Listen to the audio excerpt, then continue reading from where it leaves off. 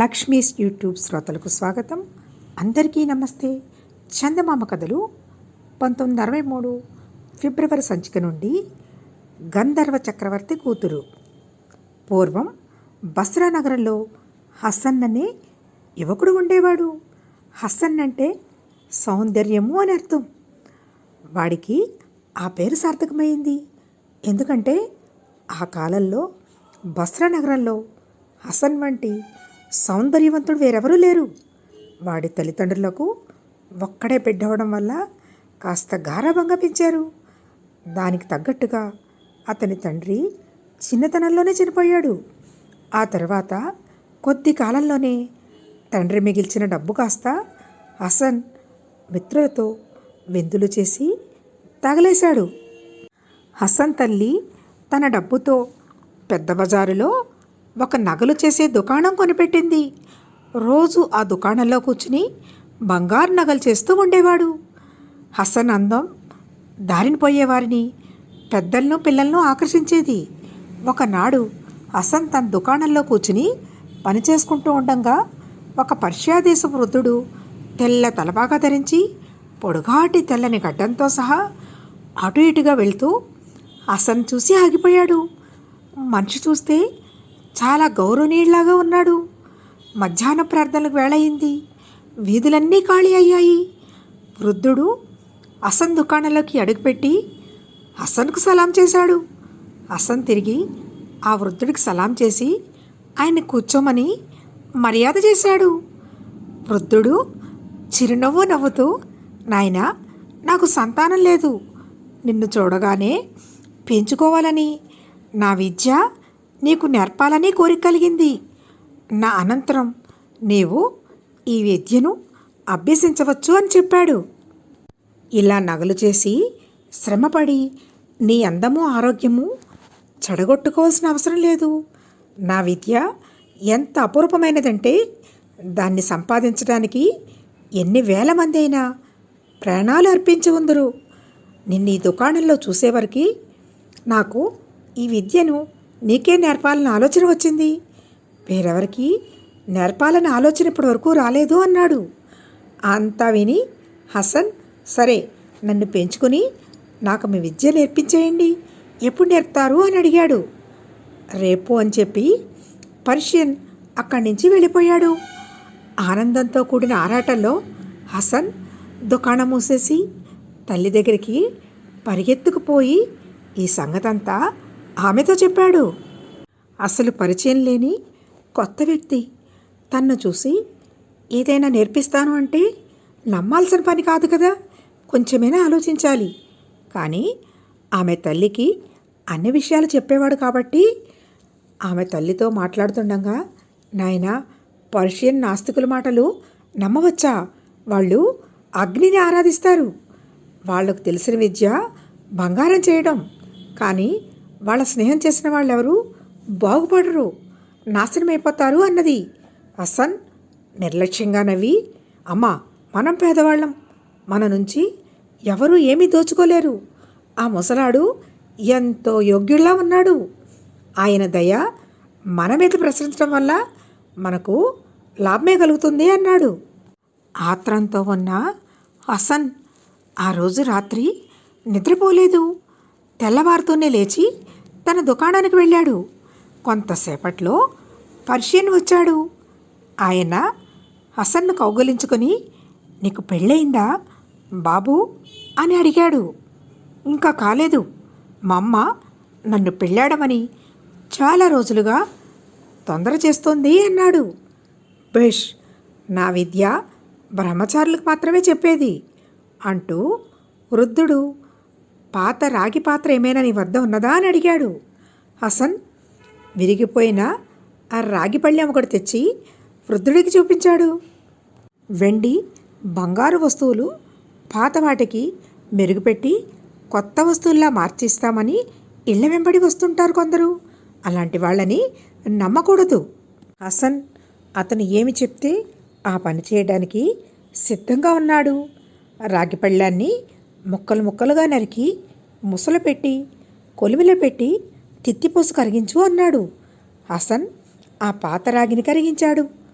అప్పుడు అతను లేచి వచ్చి హక్ బక్ బక్ రాగి బంగారం కావాలి అని 3 సార్లని తన తలపాక మడతల్లోంచి ఒక పొట్లం తీసి అందులో నుంచి కుంకుమ పువ్వు రంగుల చిటికెడు పొడి తీసి మూసలు వేశాడు.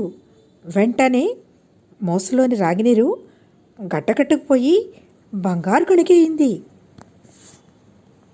ఎక్కడైనా రాగి బంగారం అవుతుందా? కాదు కదా. హసన్ మాత్రం వృద్ధుడు చేసిన పని చూసి నివ్వెరపోయాడు. అతను ఏం చేయమంటే ఆ పని చెయ్యాలి అనుకుంటున్నాడు. గీట్రాయ్ మీద ఆ బంగారాన్ని గీసి అది బంగారంలా కనిపించింది. బంగారు నగల వర్తకులు దీన్ని తీసుకుని నీకు మంచి ధర ఇస్తారు అని చెప్పాడు. ఈ విషయం అసలు నమ్మాల్సిన పని కాదు కదా. హసన్ అతని చేతిలో మోసపోతున్నాడు. వెంటనే దాన్ని తీసుకుపోయి బజార్లో అమ్మి డబ్బు తెచ్చుకో అన్నాడు. ఎలా వచ్చింది ఎవ్వరికీ చెప్పకన్నాడు. ఇది ఆలోచించాల్సిన విషయమే కదా. హసన్ దాన్ని 2000 దినార్లకు అమ్మి ఆ డబ్బు తీసుకుని ఇంటికి వెళ్ళి తల్లికి చూపించి ఇదంతా పర్షియన్ దైవాలనే సాధ్యపడింది అని చెప్పాడు. ఈ మాట అన్నందువల్ల తల్లి అనుమానాలేవి నిజం కాలేదు. ఆయన హసన్ ఆమె అనుమానాలు లక్ష్యపెట్టక తమ వంట ఇంట్లో ఉండే ఇత్తడి సన్నికళ్ళు తీసుకుని తన దుకాణానికి పరిగెత్తాడు. వృద్ధుడు ఇంకా దుకాణంలోనే ఉన్నాడు. హసన్ సన్నికళ్ళను ఒక పక్క పెట్టి కోలిమికి తిత్తిపోసి మంట చేస్తూ ఉండడం చూసి ఏం చేస్తున్నావు అని అడిగాడు. దీన్ని కూడా బంగారంగా మార్చుదాం అన్నాడు హసన్. వృద్ధుడు నవ్వి ఒక్కరోజు నీ దగ్గర ఇంత బంగారం ఎలా వచ్చిందని అందరూ అనుమానించరా? నీ రహస్యం ఎలా దాగుతుంది అన్నాడు. హసన్ వృద్ధుడు మాయలో ఉన్నాడు. ఎక్కడైనా రాగి ఇత్తడి బంగారం అవుతుందా అలా అని ఎవరైనా చెప్తే నమ్మాలా?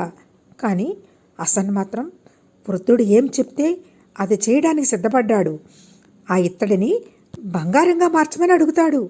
వృద్ధుడు ఒక చిరునవ్వు నవ్వి ఒకే రోజు నీ దగ్గర ఇంత బంగారం ఉందంటే అందరూ నిన్ను అనుమానిస్తారు. అంచేత ఇంకొక రోజు చెబుతాను అని అన్నాడు. మీ విద్య త్వరగా నేర్చుకోవాలంది నాకు అని హసన్ అంటే వృద్ధుడు గట్టిగా నవ్వి ఇది నడి బజార్లో నేర్చుకునే విద్య ఏమన్నానా? నిజంగా ఈ విద్య నేర్చుకోవాలంటే నీ పనిముట్లన్నీ తీసుకుని మా ఇంటికి రా అన్నాడు. హసన్ అతని వెంట బయలుదేరాడు.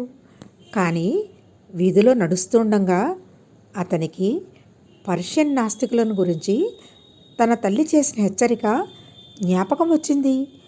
నడిచేవాడల్లా చప్పున ఆగిపోయి తీవ్రమైన ఆలోచనలో పడ్డాడు. ముసలివాడు ఆ సంగతి గ్రహించాడు. బిడ్డ, నిన్నేదో సంకోచం పట్టి పీడిస్తున్నట్టున్నది. ఈ వరుసవేది విద్యను మా ఇంట నేర్చుకోవడానికి నీకేమైనా అభ్యంతరం ఉంటే మీ ఇంటికే వచ్చి నేర్పుతాను అన్నాడు. అలా చేస్తే తన తల్లి భయాలకు తావుండదు అనుకొని హసన్ సరేనన్నాడు. ఇద్దరూ కలిసి హసన్ ఇంటికి వెళ్ళారు. వృద్ధుణ్ణి బయట వసారాలో ఉండమని లోపలికి వెళ్ళి అమ్మా, ఆయన మన ఇంటికి ఆతిథ్యానికి వచ్చాడు. ఒకసారి మన ఉప్పు తిన్నాక మనకెలాంటి ద్రోహమూ చేయడు అన్నాడు. నాయన, అలాంటి పట్టింపులు మనకే గాని అగ్ని పూజించే నాస్తికులకు ఉండవు. నీ క్షేమం గురించి నా ఆరాటం తీరిందని అనుకోకు అన్నది. అతిథిని తెచ్చావు కనుక వంట చేసి పెడతాను. కానీ ఆ మనిషి లోపలికి వస్తే నేను ఇంట్లో ఉండను. బయటికి వెళ్ళిపోయి మళ్ళీ అతను వెళ్ళాకనే ఇంట్లోకి అడుగు పెడతాను అన్నది. రకరకాల కూరలు కొని చక్కగా మంచి వంటలు చేసి అతనికి తినడానికి సిద్ధంగా ఉంచి పొరిగింటికి వెళ్ళిపోయింది హసన్ తల్లి.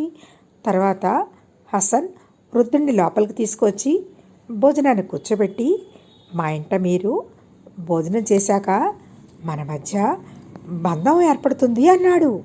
అది చాలా పవిత్రమైన బంధం నాయన. నీ మీద ఎంతో ప్రేమ లేకపోతే ఈ అపూర్వమైన విద్య నీకు చెప్తానా అంటూ అతను తన తలపాగాలో నుంచి పొట్లం తీసి చూడు, ఇందులో ఉన్న పొడితో ఎన్నో మణుగుల బంగారం చేయవచ్చు. ఇందులో 1000 మూలికలు 1000 దినుసులు చేర్చి ఎంతో శ్రమపడి తయారు చేశాను. ఈ పద్ధతంతా నేను నీకు చెప్తాను అంటూ ఆ పొట్లాన్ని హసన్కు అందించాడు. హసన్ తల్లి ఆ వ్యక్తి వస్తే ఇంట్లో ఉండను అని చెప్పిందంటే ఆలోచించాల్సిన విషయమే కదా. హసన్ తల్లి బయటికి వెళ్ళిపోయింది. ఆ వృద్ధుడు చేయాలనుకున్న పనులు చేసేస్తున్నాడు. హసన్కి ఆ పొడిని చూపించి హసన్ పళ్ళెల్లో కొంత ఆహారం పెట్టి అందులో వృద్ధుడు మత్తుమందు కలిపి తిను నాయనా అన్నాడు. హసన్ ఒక్క ముద్ద నోట్లో పెట్టుకుంటూనే స్పృహ తప్పి పడిపోయాడు.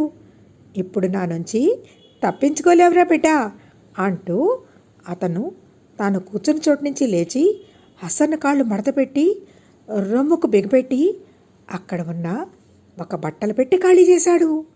తరువాత ఆ దుర్మార్గుడు హసన్ను ఆ పెట్టెలో పెట్టి ఇంట్లో ఉన్న డబ్బంతా తీసుకుని బయటికి వెళ్ళి ఒక కూలీని మాట్లాడి తెచ్చి వాడి చేత పెట్టె మోయించుకుని తిన్నగా రేవుకు వెళ్ళాడు. అక్కడ ఒక ఓడ సిద్ధంగా ఉన్నది. ఓడ సరంగు వృద్ధుణ్ణి చూడగానే పెట్టెతో సహా ఎక్కించుకొని లంగరు ఎత్తి ఓడను సముద్రం మీదకి నడిపించాడు.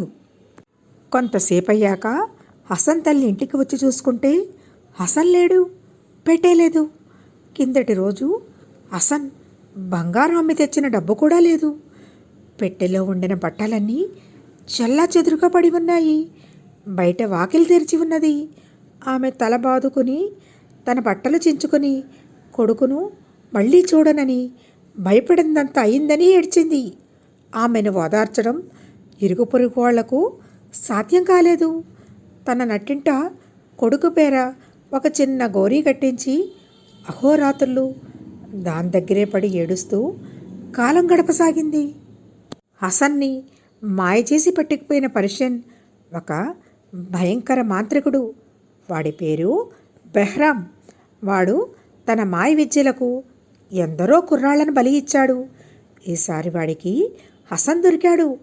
సముద్ర ప్రయాణం సాగినన్నాళ్ళు బెహ్రాం హసన్ను పెట్టెలోనే ఉంచి మత్తు మందు కలిపిన ఆహారం పెడుతూ వచ్చాడు. కొన్నాళ్లకు ఓడ అవతల తీరాన్ని చేరింది. బెహ్రాం పెట్టెతో సహా ఒడ్డును దిగాక వాడ వెళ్ళిపోయింది. అప్పుడు ముసలివాడు హసన్ను పెట్టెలో నుంచి పైకి తీసి కట్లు ఊడదీసి వాడి మత్తు వదలడానికి ఏవో మందు వాసన చూపించాడు. హసన్ కళ్ళు తెరిచి చూసేసరికి తాను సముద్రం ఒడ్డున ఉన్నట్లు తెలిసింది. కానీ అది వాళ్ళ దేశం కాదని కూడా తెలిసింది. ఎందుకంటే ఈ సముద్ర తీరాన ఇసుకలో నల్లని, తెల్లని, పచ్చని, ఎర్రని గులకరాళ్ళు ఉన్నాయి. వాడు ఆశ్చర్యంతో లేచి నిలబడగానే వెనకగా ఒక రాతి మీద కూర్చుని ముసలాడు కనిపించాడు. వాడే తన్ను మోసం చేసి ఇక్కడికి తెచ్చాడని, తల్లి అన్న మాటలు అక్షరాల నిజమయ్యాయని హసన్ తెలుసుకున్నాడు. స్కూల్కి, కాలేజీకి వెళ్ళే పిల్లలతోటి కొంచెం సమయం కేటాయించి చదువైన తర్వాత మంచి చెడు విషయాలన్నీ తెలుసుకుంటూ బయట వాళ్ళతో జాగ్రత్తగా ఉండే విషయాలు చెప్పాల్సిన అవసరము ఇంట్లో వాళ్ళకి ఎంతైనా ఉంది. ఎవరైనా కష్టపడుతున్నారంటే మంచి కోసమే కానీ మోసపోవడానికి కాదు కదా. ముసలాడ దగ్గరికి పోయి, నాయనగారు ఇదంతా ఏమిటి, మా ఇంటి ఉప్పు తిన్నారే అన్నాడు. ముసలాడు గట్టిగా నవ్వి, అగ్నిని పూజించే బెహ్రాంకు ఉప్పు తిన్న నిర్బంధమేమిటి? నీలాంటి యువకుల్ని 990 మందిని బలి ఇచ్చాను. నువ్వయ్యేవాడివి నా చేతిలో చిక్కావు, తప్పించుకోలేవు. నీ దేవుణ్ణి వదిలి నాలాగా నువ్వు కూడా అగ్నిని అర్చించు అన్నాడు. ఆ మాటలకు మండిపోయి, నీచుడా, ఏమిటి నువ్వనేది అని హసన్ గట్టిగా అరిచాడు. బెహ్రాం తన వాలకం మార్చేసి, నిన్ను పరీక్షించడానికి అలా అన్నాను నాయనా. నా పరీక్షలో నెగ్గావు. ఏకాంత ప్రదేశంలో నీకు నా విద్య చెబుదామనే ఉద్దేశంతో ఇక్కడికి తెచ్చాను. అదుగో ఆ కనపడే కొండ చూసావా? దాని శిఖరం మబ్బుల కన్నా ఎత్తుగా ఉంది. అందుచేత దాన్ని మబ్బుల కొండ అంటారు. మనకు కావలసిన మూలికలన్నీ దాని మీద ఉన్నాయి. మనం ఇప్పుడు అక్కడికి వెళ్ళాలి అన్నాడు. హసన్ అనుమానం కొంత తగ్గింది. ఆ కొండ గోడలాగే ఉంది. దాని శిఖరానికి ఎలా ఎక్కాలి అని అడిగాడు. మనకు ఎక్కాల్సిన పనే లేదు, పక్షుల్లాగా అక్కడికి వెళ్ళి వాళ్దాం అంటూ బెహ్రాం తన దగ్గర నుంచి ఒక రాగి తప్పెట తీశాడు. కోడిపుంజు చర్మం పరిచి ఉన్నది. ఆ చర్మం మీద ఏవో బీజాక్షరాలు రాసి ఉన్నాయి. బెహ్రాం ఆ తప్పెట మీద వేళ్లతో వాయించగానే పెద్ద ఎత్తున ధూళి లేచి, అది లేచిన చోట ఒక నల్లని రెక్కల గుర్రం ప్రత్యక్షమైంది. దాని ముక్కు నుంచి జ్వాలలు వస్తున్నాయి. బెహ్రాం దానిపైన ఎక్కి కూర్చుని హసన్కు సహాయం చేసి తన వెనక ఎక్కించుకున్నాడు. వెంటనే ఆ గుర్రం రెక్కలాడించి రివ్వున గాలిలోకి లేచి కనురెప్పపాటు కాలంలో మబ్బులు కొండ శిఖరం మీద వాలింది. వారిద్దరూ కిందకి దిగగానే ఆ గుర్రం అదృశ్యమైపోయింది. హసన్ అనుమానాలు తిరిగి వచ్చాయి. వాడు చుట్టూ కలయి చూస్తే ఏ విధమైన మూలికలు లేవు. తను మోసపోతున్నాడని తెలుస్తోంది. బెహ్రాం వాడితో, ఇప్పుడు నిన్ను ఏ ప్రాణి రక్షించలేదు, నా నుంచి ఎలా తప్పించుకుంటావు అని బిగ్గరగా నవ్వాడు. హసన్కు పట్టరాని ఆగ్రహం వచ్చేసింది. నీచుడా, నాకు దేవుడి అండ ఉన్నది, చూడు దేవుని సాయంతో నిన్నేం చేస్తాను అంటూ ఒక చేత్తో ముసలాడి చేతిలో ఉన్న ఆ రాగి తప్పెట లాగేసి రెండో చేత్తో బలం కొద్దీ అతన్ని కొండ మీద నుంచి తోసేశాడు. ప్రమాద సమయంలో హసన్ బయటికి ఎలా రావాలా అని ఆలోచించాడు. బెహ్రాం చేతిలో నుంచి బయటకు వచ్చాడు. బెహ్రాం గాలిలో పిల్లి మొక్కలు వేస్తూ తిరుగుతూ ప్రాణభయంతో అరుస్తూ కింద రాళ్ల మీద పడి పచ్చడైపోయాడు. మాంత్రికుడికి భూమి మీద నూకలు చెల్లిపోయాయి. ఈ కథ మీకు నచ్చినట్లయితే లైక్ చేసి షేర్ చేయండి. నా ఛానల్ ఇంకా సబ్స్క్రైబ్ చేయని వారు సబ్స్క్రైబ్ చేసి పక్కనే ఉన్న బెల్ ఐకాన్ క్లిక్ చేసినట్టయితే వీడియో అప్లోడ్ చేయగానే ముందుగా వినడానికి నోటిఫికేషన్ వస్తుంది. ధన్యవాదములు.